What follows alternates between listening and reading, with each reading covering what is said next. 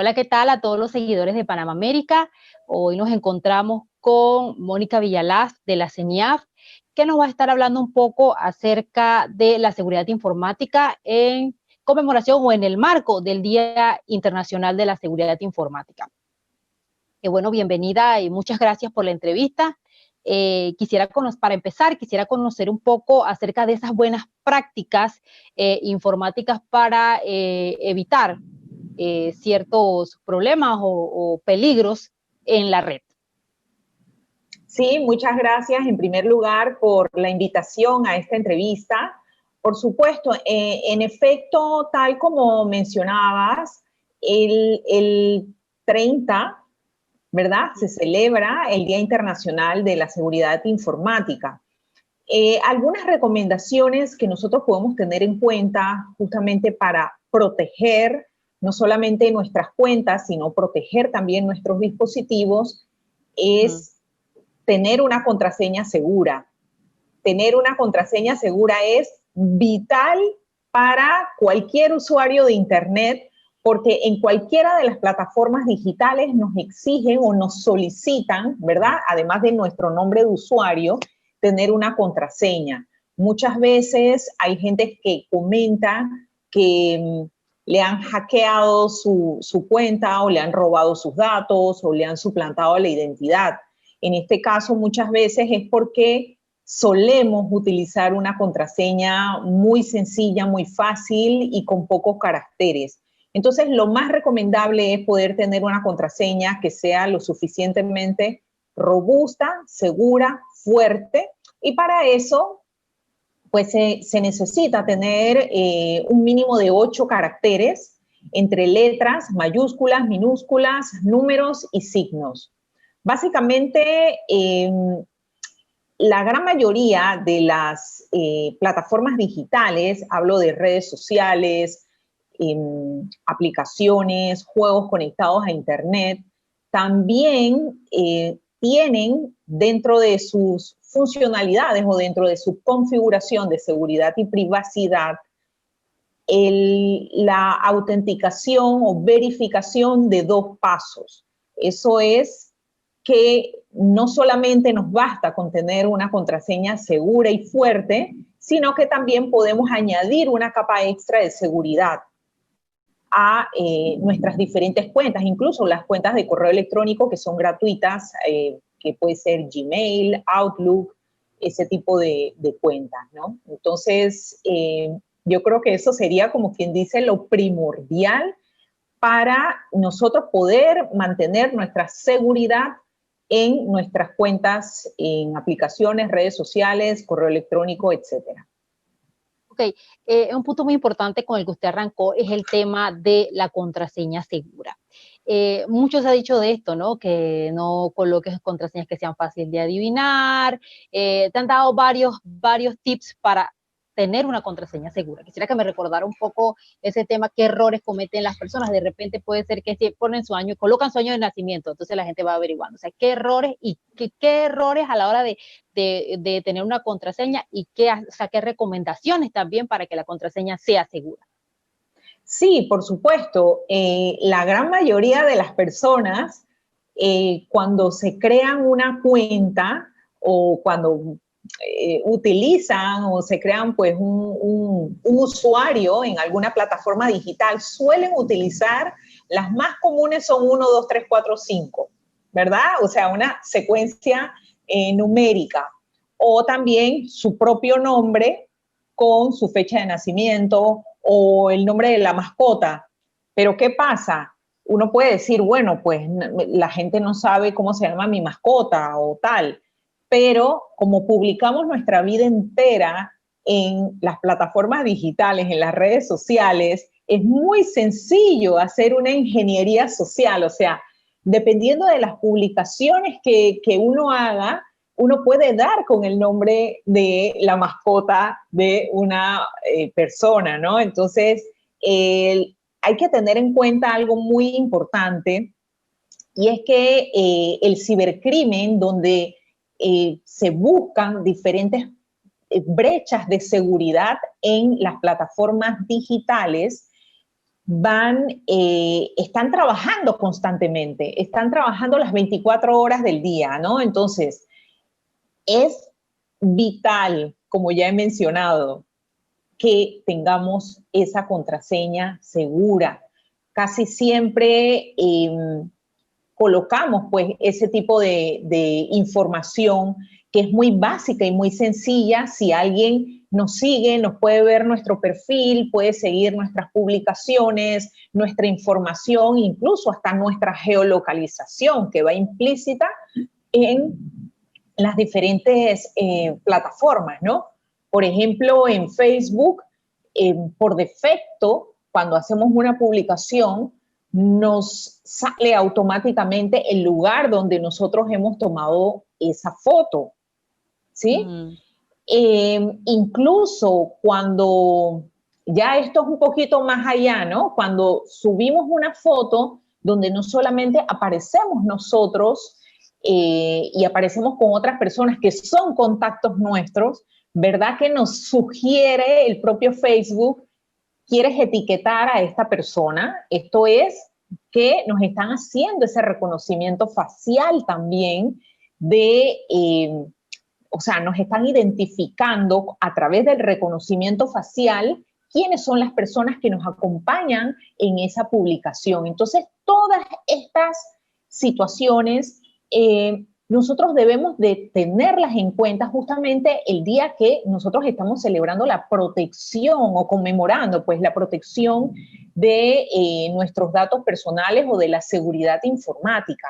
Entonces, es muy importante también que la ciudadanía en general conozca que nuestro tesoro más valioso que nosotros tenemos hoy día son nuestros datos personales, nuestra información personal.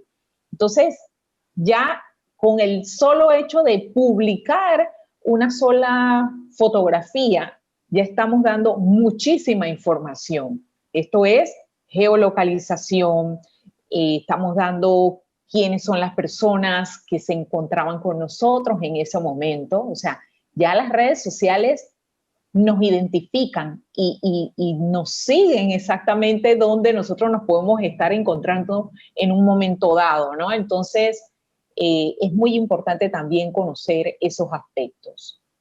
Ok, bueno, ahorita mismo pasemos a un punto también muy, muy interesante y muy importante, y más en este día, ¿no?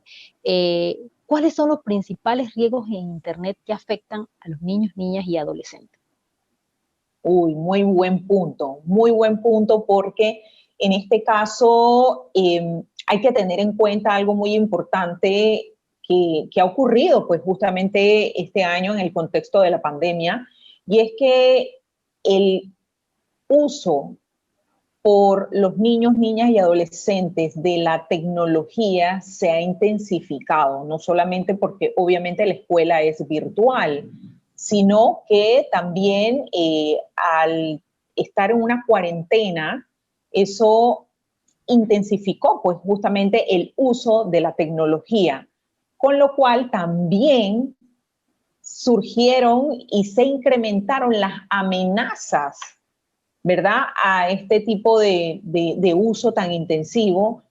Y como bien mencionabas, pues esos riesgos los podemos mencionar en algunos riesgos que están más bien relacionados con la violencia sexual, que se incrementó muchísimo justamente en este tiempo de pandemia, en la cuarentena, y que es grooming, que es un adulto que se hace pasar por un niño, una niña o un adolescente, y que encuentra este tipo de usuarios, personas menores de edad, a través de juegos conectados, a través de redes sociales.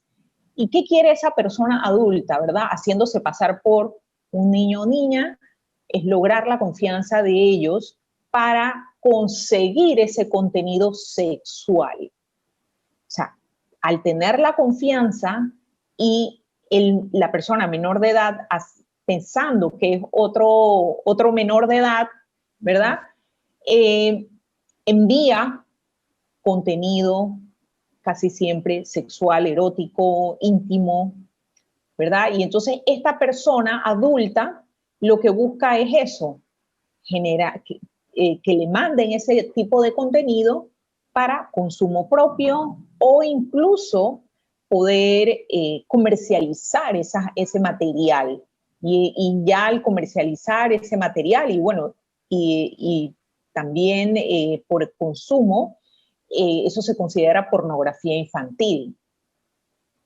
Que el grooming, hay que mencionar algo muy importante, que el grooming no está tipificado como delito per se en nuestro Código Penal panameño. Sin embargo, la pornografía infantil sí es un delito y está tipificado con diferentes penas, dependiendo también de las edades y dependiendo de la situación que se dé en ese momento, ¿verdad? El tipo de abuso, porque al final, aunque no sea físicamente, sí es un abuso sexual.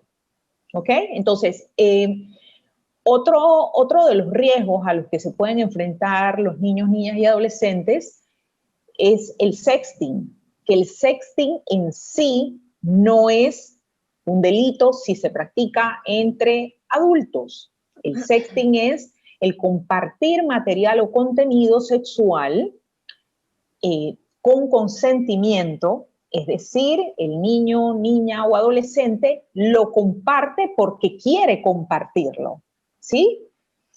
Sin embargo, volvemos a caer en lo mismo. Al tratarse de personas menores de edad, se considera y cae en el delito de pornografía infantil. Okay. ¿Verdad? Entonces, es muy importante también que la ciudadanía conozca que no se puede estar compartiendo imágenes, divulgando o comercializando, incluso guardando, ¿verdad? Ese tipo de material en sus celulares, porque esto se considera un delito, o sea, es un delito que cae en la pornografía infantil. Y obviamente tenemos un tercer delito también relacionado con esa violencia sexual a través de plataformas digitales, que es la sextorsión o extorsión a través de imágenes sexuales, ¿sí? O sea, tenemos primero, como quien dice, el grooming, que es el adulto solicitando esas imágenes sexuales. Está el sexting, también muy relacionado con el grooming, que es la persona menor de edad compartiendo ese tipo de imágenes sexuales. Y luego está la sextorsión, que es casi siempre es un adulto que empieza con amenazas, chantajes hacia esa persona menor de edad, solicitándole más información a cambio de no publicar o no divulgar, ¿verdad? Públicamente este tipo de contenido. Entonces mantienen una constante amenaza a esa persona menor de edad. Y bueno, obviamente también tenemos otro tipo de violencias o peligros a los cuales se pueden enfrentar niños, niñas y adolescentes a través de Internet, pero ya más bien son riesgos asociados más que nada a conductas sociales, como podemos encontrar pues, el ciberbullying y el ciberacoso, que no son lo mismo. El ciberbullying ocurre entre pares, entre niños, niñas y adolescentes, pero cuando se trata de un adulto hacia una persona menor de edad o incluso de una persona menor de edad hacia un adulto, ya se considera ciberacoso. O sea, es más que nada para mantener una diferencia en la tipología de ese tipo de abusos o violencias, riesgos que se pueden encontrar a través de Internet. Ok, perfecto. Bueno, ya expuesto lo anterior, quisiera saber entonces cómo prevenir estas amenazas que están acechando a los niños, niñas y adolescentes. ¿Qué pueden hacer los padres? ¿Qué pueden hacer sus cuidadores para estar alerta? Sí, bueno, nosotros desde CENIAF, desde la Dirección de Promoción de Derechos que dirijo, mantenemos propuesta programática, ¿verdad?, de diferentes sensibilizaciones en las cuales se pueden encontrar, por ejemplo, algunas dirigidas a padres y madres de familia, cuidadores, esos adultos responsables de niños y niñas, como es el tema de crianza digital. Tenemos un programa de sensibilización donde explicamos estos riesgos, los vemos en detalle, podemos identificar si los niños y niñas a nuestro cuidado están siendo víctimas de estas situaciones y cómo poder prevenirlas. También cómo podemos denunciar sobre todo estos casos. Además, también tenemos, no solamente para los niños, para los padres y madres de familia, cuidadores, sino que también tenemos programas de uso seguro del Internet, que ya más que nada van dirigidos a niños desde los 8 o 9 años hasta los 17. Obviamente, el consumo digital es distinto y tenemos programas exclusivos para cada uno de ellos, desde los 8 o 9 años hasta los 12, y a partir de 13 hasta los 17 tenemos otro programa donde vemos más que nada identidad digital, huella digital, reputación, todos estos temas, porque como acabo de mencionar, el consumo digital es completamente distinto entre un niño de 9 años y un adolescente de 16. El consumo es completamente diferente, aunque hay algunos temas que se tocan, ¿no? Entonces, tenemos estas sensibilizaciones, obviamente también tenemos sensibilizaciones de conocer y promover los derechos de niños y niñas que estamos pues justamente trabajando en ello porque los derechos no solamente son a través de la parte presencial o la parte física, sino que también tenemos derechos de niños y niñas en la parte digital, y uno de ellos es justamente el que los padres y madres acompañen o guíen a sus hijos o a los niños a su cuidado en el uso seguro de las tecnologías. Entonces, bueno, tenemos este tipo de sensibilizaciones que son pues jornadas de trabajo donde capacitamos más que nada a grupos de personas.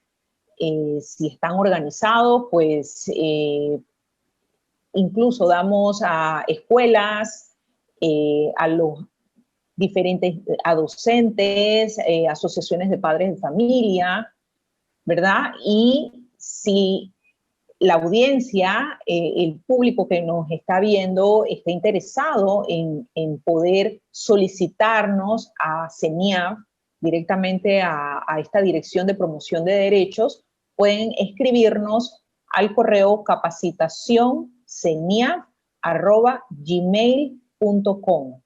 Capacitación CENIAF con 2 N y terminado en F, @gmail.com. Entonces, allí nos pueden escribir y con mucho gusto podemos agendar y ver los temas distintos a los cuales estarían interesados pues en recibir ese tipo de capacitación.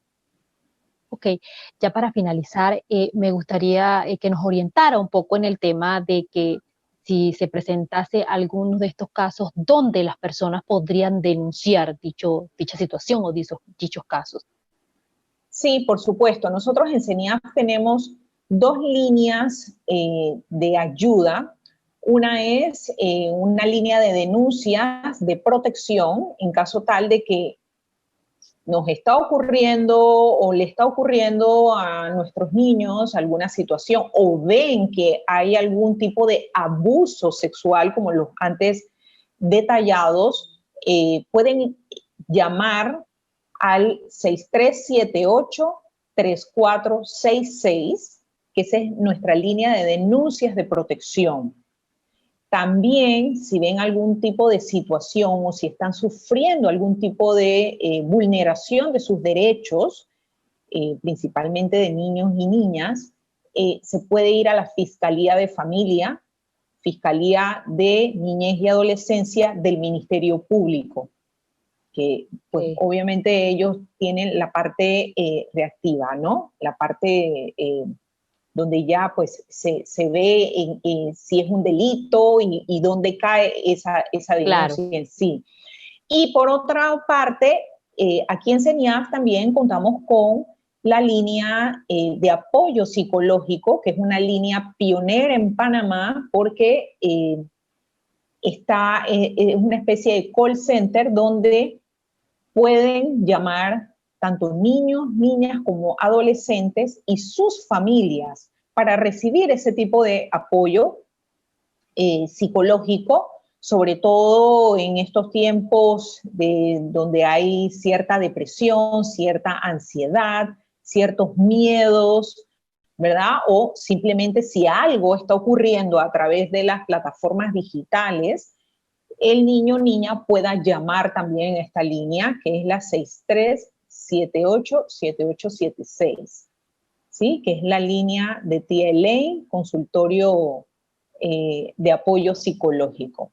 Así que, como ven, pues tenemos varias líneas de atención, varias sensibilizaciones, así que estamos intentando desde CENIAF, pues, sobre todo prevenir este tipo de situaciones en la red, prevenir y dar a conocer que existen estos riesgos a través de las tecnologías. Y sobre todo, un mensaje final que quisiera mandar a esos padres, madres y cuidadores es que hay que acompañar a nuestros hijos, a los niños y niñas cuando utilizan Internet, conozcan cuáles son las aplicaciones principales que ellos utilizan y no solamente conocer por nombre, sino conocer las funcionalidades que tienen esas aplicaciones. Es muy importante aquí resaltar que los juegos en Internet o los juegos conectados a Internet como Roblox, como Fortnite, Free Fire, Minecraft, Among Us, que es el último que está más de moda, todos tienen un chat incorporado. Entonces, allí los niños y niñas pueden estar hablando con personas totalmente desconocidas a ellos. Y es muy importante porque si nosotros desconocemos que estas funcionalidades dentro de estas plataformas digitales existen, ¿cómo vamos a, verdad, a cuidar a nuestros niños y niñas? Y eso funciona también para los que son padres y madres de adolescentes. Hay que darles seguimiento, hay que darles guía, hay que protegerlos y sobre todo en casa hablar sobre estos temas para poder mantener una seguridad en Internet, porque definitivamente somos la primera barrera de protección de nuestra familia, de nuestros hijos, y debemos conocer que existen estos riesgos en la red. Ok, muchísimas gracias por hablarnos sobre este tema y por dar esas guías y esos tips de los padres para que estén muy pendientes de sus chicos a la hora de que hacen uso de la tecnología.